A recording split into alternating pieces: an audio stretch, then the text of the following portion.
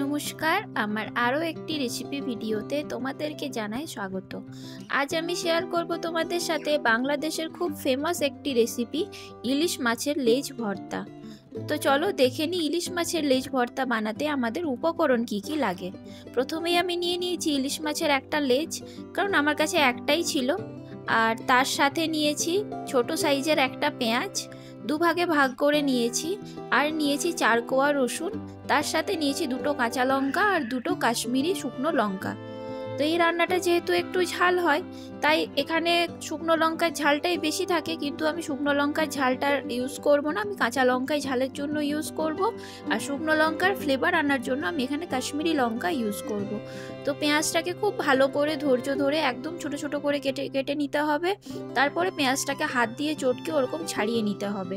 এরপরে কাঁচা লঙ্কাটাকে খুব ছোট ছোট করে গোল গোল করে আমি কেটে নেব। আর রসুনটাকেও কিন্তু আমি খুব ছোট ছোট করে কুচি কুচি করে কেটে নেব। তো এই হচ্ছে আজকের উপকরণ। তো উপকরণ সব রেডি। আর যেহেতু আমার কাছে আরও একটা কাতলা মাছের লেজ পড়েছিল ফ্রিজে, তাই আমি কাতলা মাছের লেজটাকেও এই ইলিশ মাছের লেজের সাথেই দিয়ে দিলাম। আর নুন হলুদ যেহেতু মাখানোই আছে, ওপর থেকে খানিকটা কাশ্মীরি লঙ্কার গুঁড়ো ইলিশ মাছটার গায়ে আমি লাগিয়ে মাছগুলোকে খুব ভালো করে মাখিয়ে নিলাম।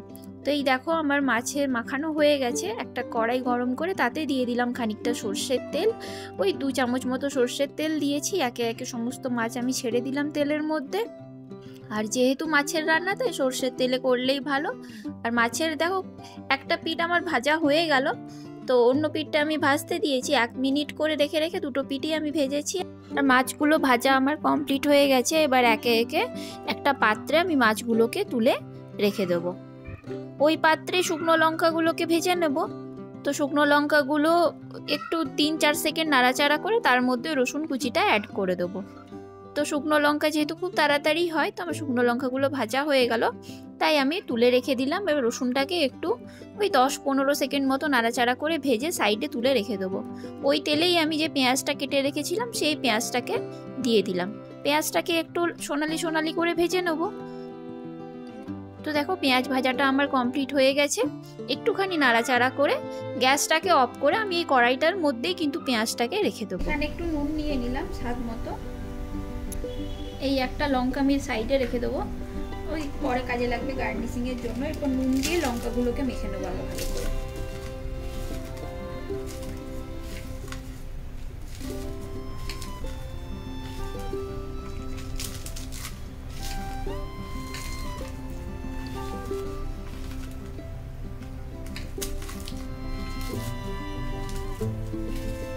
রসুনগুলোকেও মেখে নেব।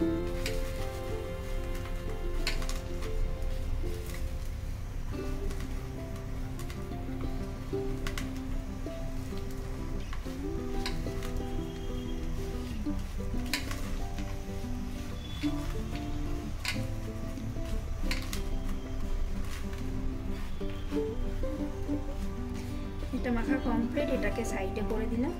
এরপরে মাছগুলো থেকে কাঁটাগুলো ছাড়িয়ে নিতে হবে। এটা কিন্তু খুব সাবধানে করতে হবে, কারণ মাছে প্রচুর কাঁটা আর মাছ কিন্তু গরম।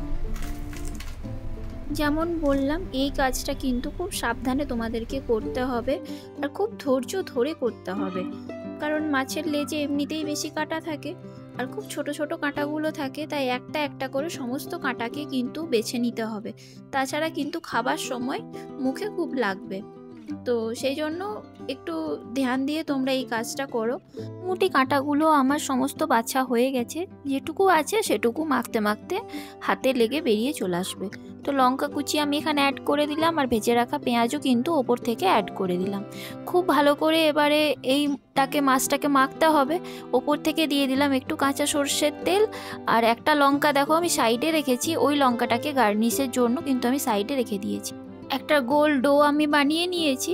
আমার কিন্তু লেজ ভর্তা রেডি হয়ে গেছে। এবার একটু সাজিয়ে গুছিয়ে পরিবেশন করলেই হবে। গরম ভাতের সাথে কিন্তু এটি খেতে দারুণ লাগে। তোমরা অনেকেই আমাকে জিজ্ঞাসা করছিলে যে আমি যে মশলাগুলো ইউজ করি সেই মশলাগুলো কেনা মশলা ইউজ করি না ঘরের মশলা ইউজ করি।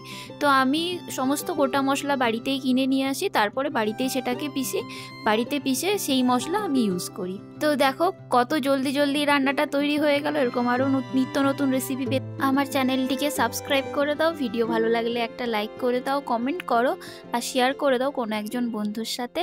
আজ তবে আসি, আবার দেখা হবে অন্য কোনো দিন অন্য একটা ভিডিওতে। দেখতে থাকো জিতমি।